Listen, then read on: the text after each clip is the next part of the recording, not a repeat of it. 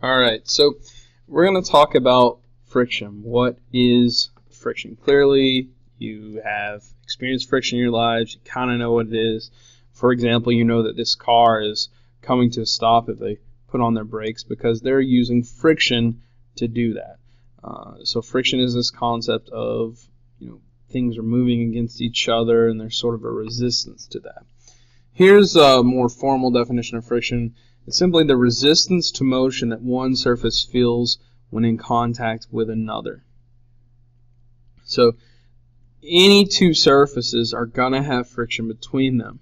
We know that that amount of friction is going to vary, right?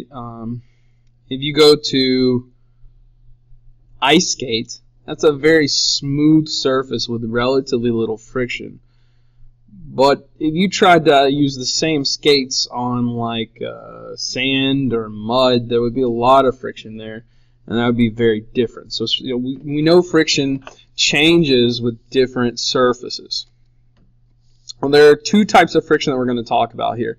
One is called kinetic, and the other is static. And I'm sure you've heard the word kinetic before, probably. When you talk about energy, you talk about kinetic energy is the energy of motion. Well, kinetic friction is friction from motion. So kinetic friction is merely going to be, kinetic friction is going to be just the friction felt between two surfaces. You can ignore that. That was, I don't remember what that was, but kinetic friction is friction from motion.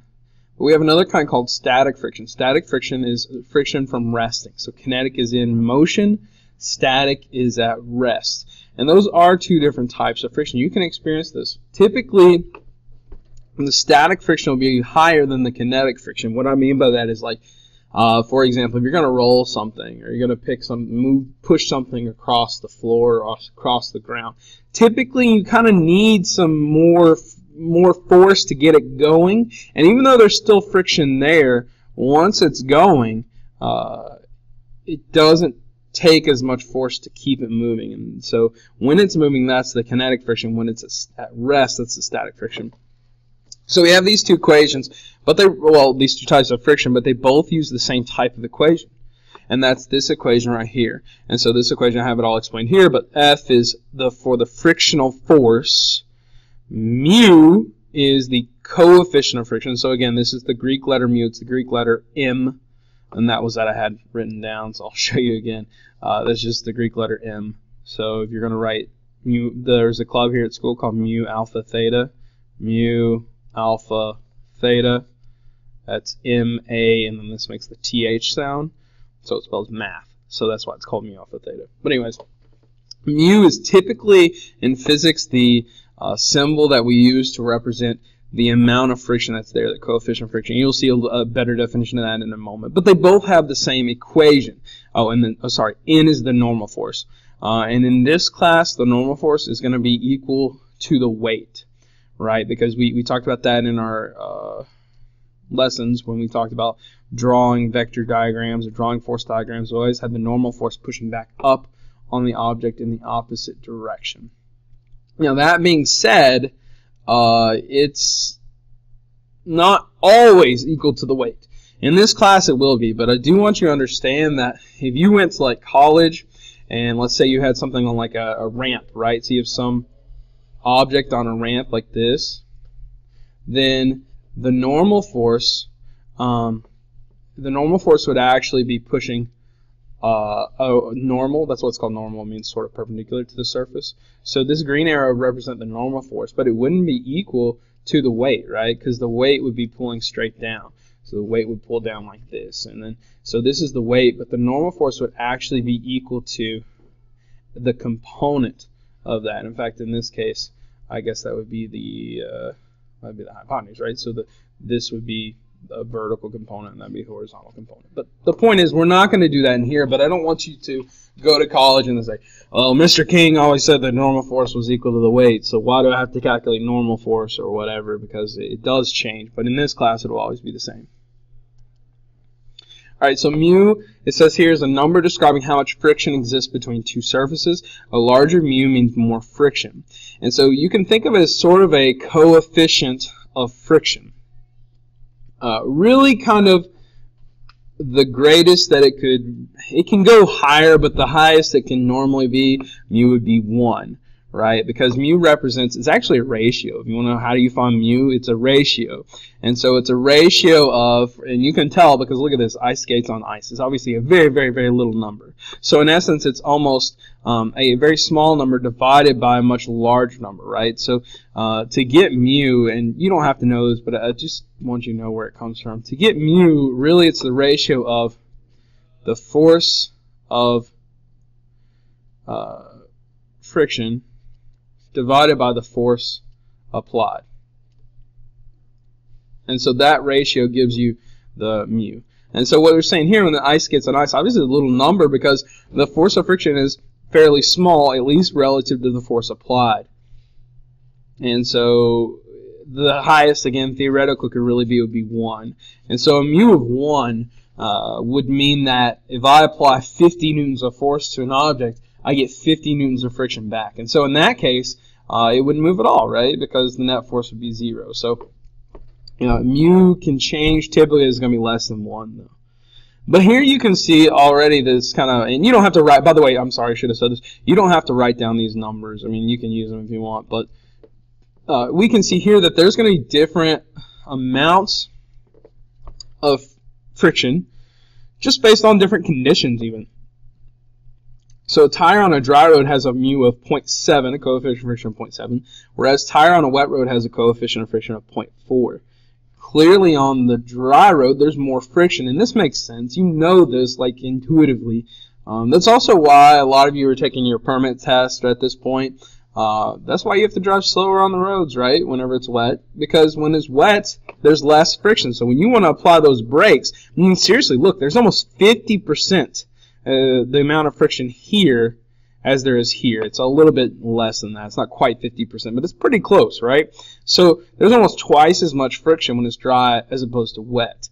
Now, the reason why so think about that. You're going to have to add some significant percentage to your braking in order to stop in time. All right, let's move on from here.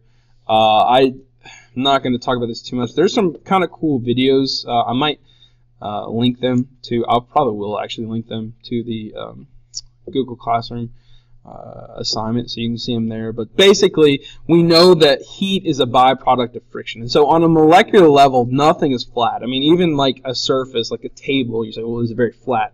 It's not. On a molecular or atomic level, it is completely jagged structures. And so anytime you move something against something else, what you have is you basically have one jagged structure against another. It's like taking two mountains and then like taking them and doing this.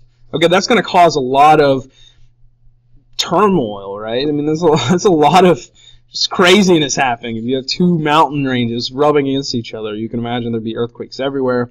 There'd be a lot of energy released, and that's why friction produces heat, and you know this. I mean, you can do right now. You can take your hands, and I'll be watching, to see who's when you're watching the video, because you all do it at different times. But you can take your hands, you can put them together, and you can rub them real fast, and they get hot after a while, right? Not even after a while. They get hot pretty quickly because of that friction. So, again, that's caused that energy is being released because, on a molecular level, you have this. Now, one of the reasons why, if you go back real quick and look at look, you see how on the wet road there's so much less friction? Why is that so? Well, because that liquid water acts as really a lubricant to the friction. Basically, you can think of it as it sort of fills in a lot of these mountain tops. And so now, there are still mountains, of course, but they're not quite as bad. And so when you take them together, there's not as much there to mess up. And so that's why lubricants like water reduce the amount of friction that exists, because they kind of smooth out the surfaces. All right, we're going to skip this, although I'll probably link again that to something in there. All right, let's do an example real quick. Man, sorry, I'm looking at the wrong thing. Here we go. It says find the frictional force between a 1,200 kilogram car and a road with a mu of 0.7. All right, the equations are fairly simple. F equals mu times n, right? So doesn't this equation look fun? Yeah, I think it looks fun, right? Right? All right. So if you're trying to calculate the frictional force, the frictional force is going to be equal to mu times N. And again, N is going to represent the weight. So you could separately, like every time you could do this, you could say, oh, well, let's figure out the normal force. It's going to be equal to the weight, right? And so weight is mg. So we could sit here and go, okay, well, let's calculate the weight of this car first. Okay, the weight is going to be the mass of the car, 1,200, times g, which is 9.8. Now, as I discussed in an earlier video, we're going to use positive 9.8.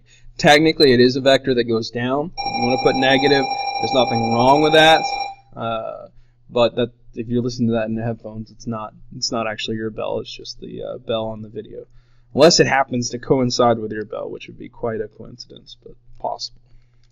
1,200 times 9.8, I get 11,760 newtons. Okay, so obviously a big number because, well, cars, turns out they weigh a lot. So we have this weight, 11,760 newtons of weight. And then, of course, you could plug in here, or, well, the weight, and that's also the normal force. So that's what's going to go into here, and then you multiply by the coefficient of friction. So the friction is going to be mu times m times g, or well, mu times n. So mu is 0.7 times 11,760 newtons. So multiply 0.7 times 11,760. And I get 8,232 newtons. That's the amount of force. Pretty cool. So the force of friction on this dry road is going to be 8,000. And this isn't super accurate. This would assume that, like, if the tires locked up completely, this is how much force would be slowing down that car.